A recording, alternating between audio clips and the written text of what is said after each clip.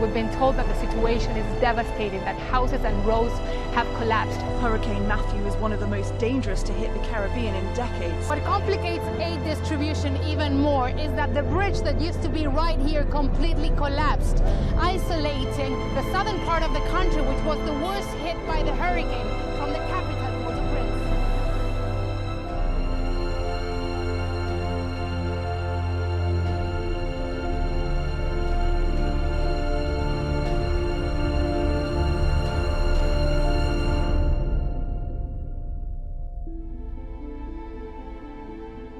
When we got there, we had hoped to arrive during the daytime where the villages are that we work, but we got there at night.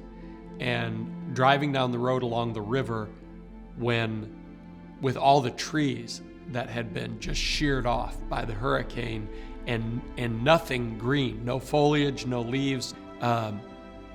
If you didn't know there had been a hurricane, you would have found yourself wondering, what in the world happened here? Because the landscape just looked destroyed.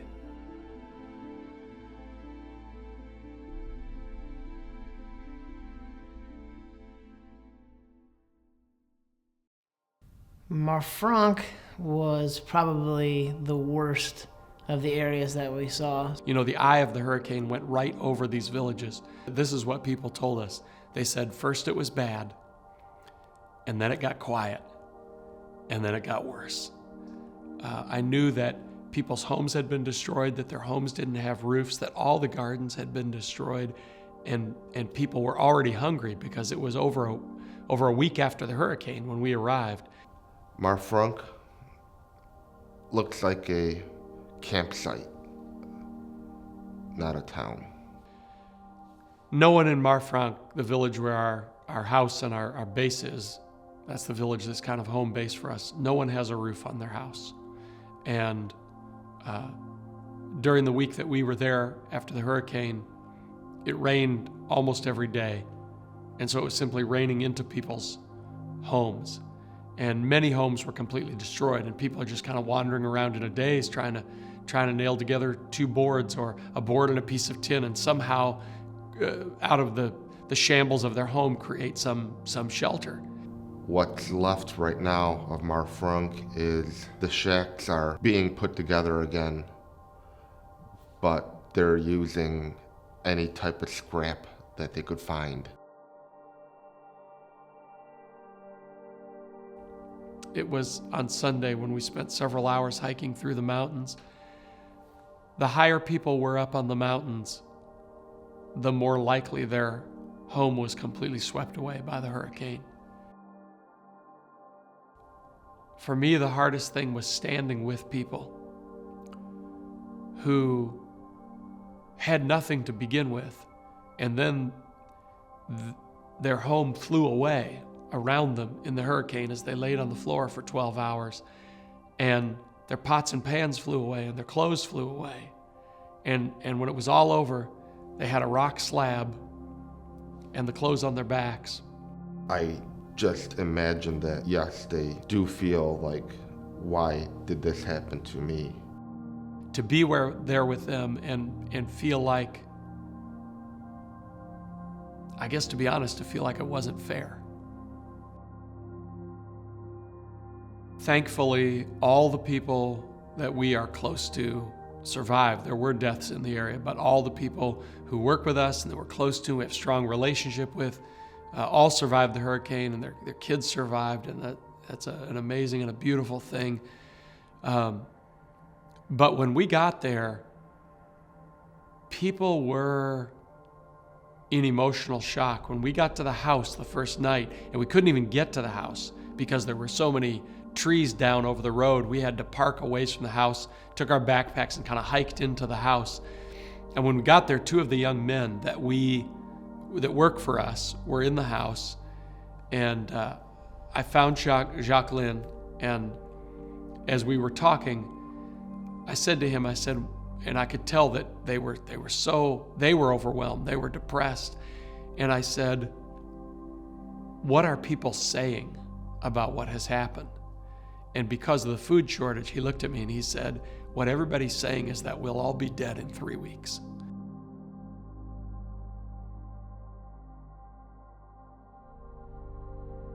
The mindset is that if they don't get help, that they'll be dead in 3 weeks, because there is absolutely no food in Marfranc or across the river.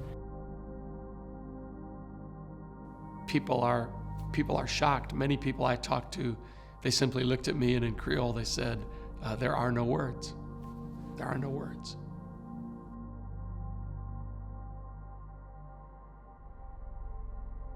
Well, we first decided to take this trip because for several days after the hurricane, we didn't know if our friends there were dead or alive. We didn't know if Felix, our right-hand man, was dead or alive. And so we decided we were going to go see. We were going to go find them. Before we left, we found out that Felix was alive and others were alive, and that, so we were aware of that.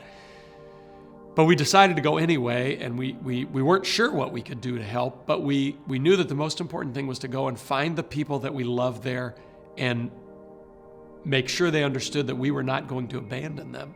Just tried to give assurance to the people that we are here. You are our neighbors. We're here to help. We're not going to leave you alone. We made it very clear that we had no intentions of leaving and that our work was just beginning.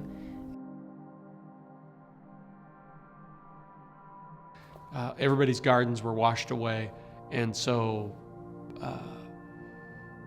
people are hungry. Immediate needs would be food. We actually went into Jeremy. We found a store that had food, and we purchased the food, a lot of food. We bought tarps, we bought tools, we bought a ton of food, and we handed that all out. And we went to different cities to see the damage and to talk one-on-one with some of the people. And handing them the tools personally made a lot of people cry, especially the people who were handing them the tools. When we showed up here a week after the hurricane, we discovered that no aid had reached this village or the villages around here yet. And the people here are hungry. Many of them have not eaten for days. And all the gardens, all the food supplies have been completely washed away. So yesterday we were able to get our hands on 20,000 pounds of food, which is being unloaded right now, and which this morning we're going to give away. We were able to get rice and cracked wheat and oil and pasta, and we're going to be giving that away this morning in order to get some food to these very hungry people. All the focus in the big aid organizations is on the two big cities on the peninsula, Jeremy and Kais, which means that organizations like the Red Cross and CARE and the UN, they're never even going to cross the river. They're never even going to go to those villages. And so you might think it sounds crazy, but if New Life for Haiti does not get food across the river into those villages, probably no food will come. Right now, what I'm trying to figure out is how we get maybe another 100,000 pounds of food into the villages across the river. People are very hungry. They're eating the leaves off the trees. The problem is there are no calories in that. They need rice, corn. They need something with, that has caloric value in it. So they need food, and they need to cover their houses. So we're talking about shipping down tarps. We're talking about buying large quantities of tin roofing to give away out there. They very much need seed to replant because Haitians don't buy seeds for their gardens. They harvest seeds out of their previous crop. So when all of the gardens went down the hillsides in the hurricane and ultimately down the river and into the ocean, they were left without seed. So they need seed to replant, and then long term, we need to help them. This is a place where people live on maybe a couple $100s a year, and so we need to help them rebuild their homes, or they're not going to have anywhere to live.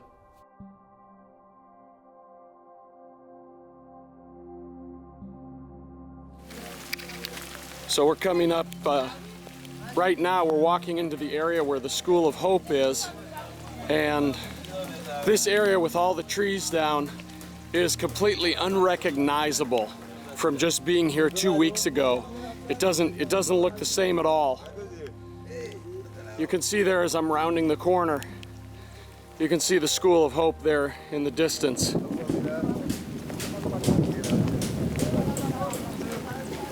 Thanks to good engineering, the school is still standing, and believe it or not, all the roof trusses are still on the school.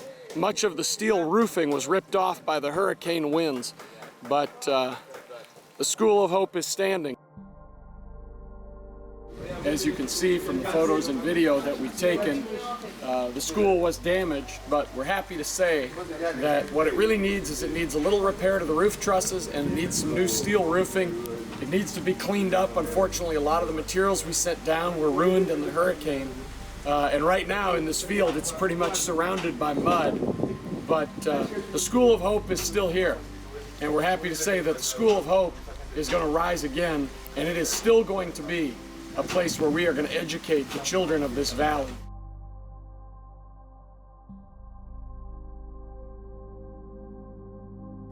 When Pastor Stash came down and talked to me, he said that the New Life for Haiti schools in Plique and Plan Marie saved the people in those cities' lives, that they took refuge in those buildings. And he said that his church and school had fallen down, but if New Life for Haiti would have built that, it would still be standing. Even they thought those were the strongest structures in the town.